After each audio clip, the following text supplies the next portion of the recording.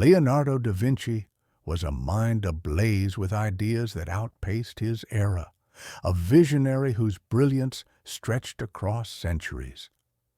He was the quintessential Renaissance man, a master of painting, engineering, architecture, science, and invention, weaving them into a tapestry of innovation. Known today for masterpieces like the Mona Lisa and The Last Supper, Leonardo's story is more than his art. It's the tale of a man whose curiosity reshaped the world. Today, we dive into the life of this extraordinary figure, starting with his humble beginnings. On April 15, 1452, a boy named Leonardo was born in the Tuscan hamlet of Vinci, nestled among olive groves and winding streams, some 30 miles from Florence. His father, Messer Piero Fruosino di Antonio, was a prosperous notary, a legal scribe from a landed family rooted in Vinci since the 13th century. His mother, Caterina di Meolippi, was a striking peasant girl, perhaps an orphan or servant, whose beauty caught Piero's eye. Their union was illicit, a scandal in Piero's respectable world, and Leonardo entered life as a bastard, a label that would both limit and liberate him. Piero took the boy in, raising him on the family estate alongside his young bride, Albiera, a 16-year-old noblewoman. Caterina stayed until Leonardo was 5, then wed a rough-edged man known only as the Brawler, fading from her son's life. As an illegitimate child, Leonardo couldn't claim Piero's surname or inheritance, just da Vinci, meaning from Vinci. With 9 brothers and 3 sisters from Piero's lawful unions, the estate's wealth would have been stretched thin anyway. But this exclusion forced Leonardo to forge his own path, a spark of necessity igniting his future. The Tuscan countryside was his first school. While other boys memorized Latin, Leonardo roamed hills and riverbanks, captivated by nature's dance, birds slicing the sky, fish darting through streams. He'd dream of flying like a hawk or gliding underwater, sketching his fantasies in the dirt. With his half-brothers, he'd play at war, wielding sticks as swords, imagining himself a hero from Piero's tales. Yet reality soon intruded. As a bastard, he'd inherit nothing. He'd need a trade, a craft to stand on. In medieval Florence, guilds ruled the trades, tiered by class. The arti maggiori housed elites like Piero, notaries, judges, bankers, while the arti mediani held smiths and masons, and the arti minori offered bakers and weavers. Leonardo's illegitimacy locked him out of the higher ranks, relegating him to the lowest tier. But Piero saw something else in his son, a flair for drawing, a knack for capturing life on paper. At 14, he brought Leonardo to Andrea del Verrocchio, a Florentine artist whose workshop buzzed with creativity. Verrocchio's studio was a crucible of art and craft, serving the powerful Medici family. Marble statues rose from dust, bronze glowed in molds, and portraits bloomed on canvas. Leonardo plunged in, learning to sculpt, cast, paint, even sketch bridges and buildings. Verrocchio, a sculptor and painter, saw the boy's raw talent, sketches of birds mid-flight, faces alive with shadow. After years of grinding pigments and wielding chisels, Leonardo got his chance on a grand mural, The Baptism of Christ, commissioned by a church. Verrocchio tasked him with 2 angels in the scene. When Leonardo finished, the figures shimmered, soft, radiant, their wings almost fluttering. Verrocchio stared, awestruck. Some say he swore off painting then, humbled by a student who'd outshone him. By his mid-20s, Leonardo was a master in the guild, his name whispered in Florence's ateliers. He toyed with light, how it carved a cheek at dusk, how it softened a tree at dawn, pushing art into science. But brilliance bred envy. At 24, in 1476, trouble struck. An anonymous tip accused Leonardo of sodomy with a male prostitute, a crime punishable by burning. Jailed and tried, he faced ruin, but no proof surfaced, no witnesses spoke.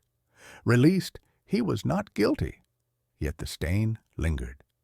In his journals he mourned the blow to his name. Clients shunned him. Whispers followed. Was he celibate by choice as some guessed to hone his craft? Or did rivals seek his fall? The truth stays veiled. But the medieval world was brutal, ambition a blade, reputation a shield. That same year, Florence teetered on war's edge. Bernardo di Bandino Baroncelli, a rival banker, stabbed Giuliano de' Medici in a bloody feud, dangling from the gallows as Leonardo sketched his limp form, the hanged man. When Naples loomed as a foe, the guild swapped brushes for blueprints, designing defenses. Leonardo, barred from knighthood by birth, relished it, sketching towering ladders, catapults to shatter walls. War loomed for 3 months until Lorenzo de' Medici brokered peace in 1479. The city cheered. Leonardo sighed. Peace bored him. Art felt tame. At 29, in 1481, a church commissioned his first solo mural, Adoration of the Magi. He poured himself in, kings bowing, crowds swirling, yet left it unfinished, restless again. His mind raced faster than his hands. Patrons sued over abandoned works.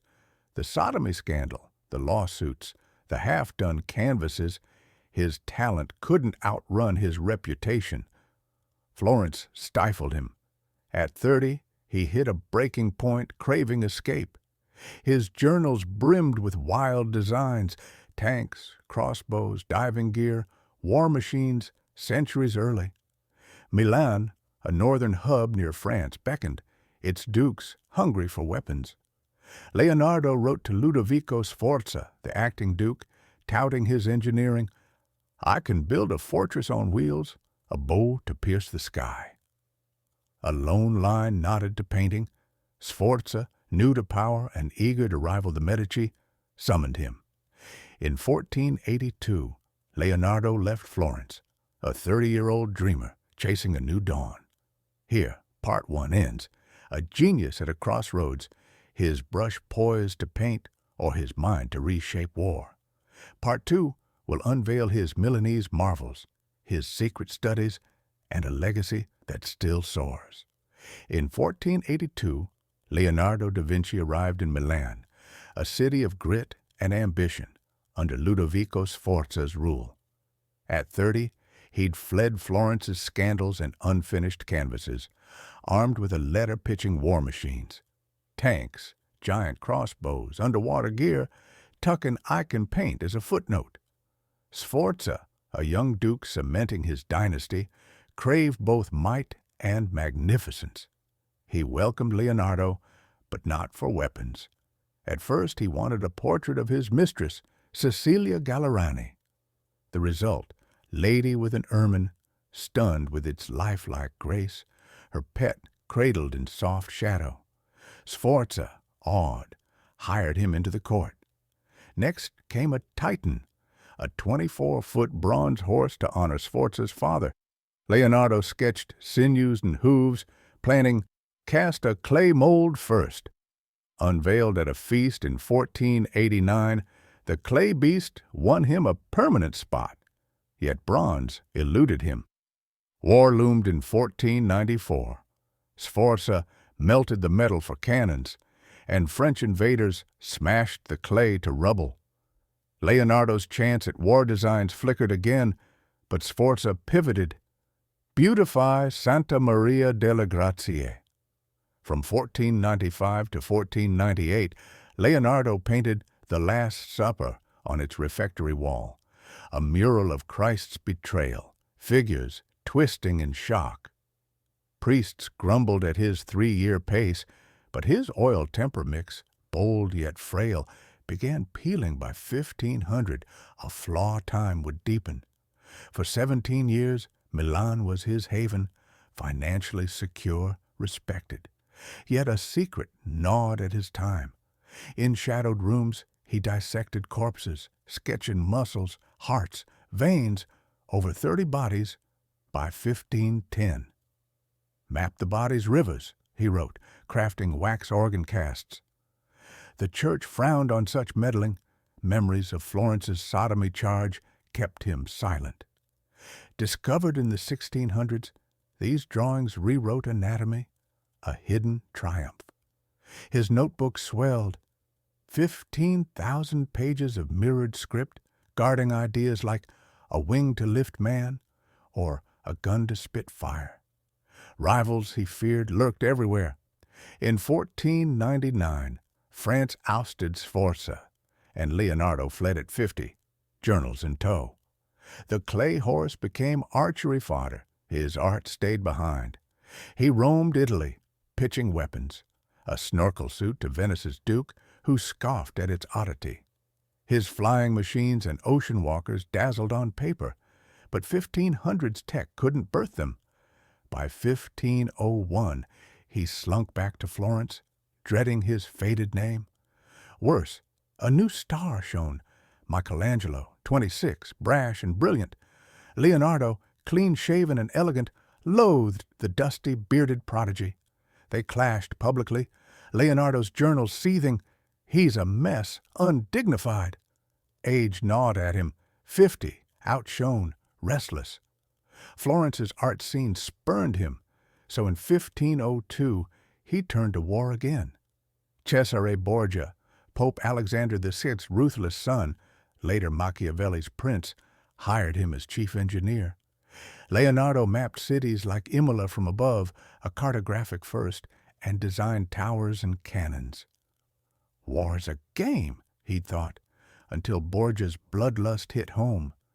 In 1503, Cesare ordered a friend's execution.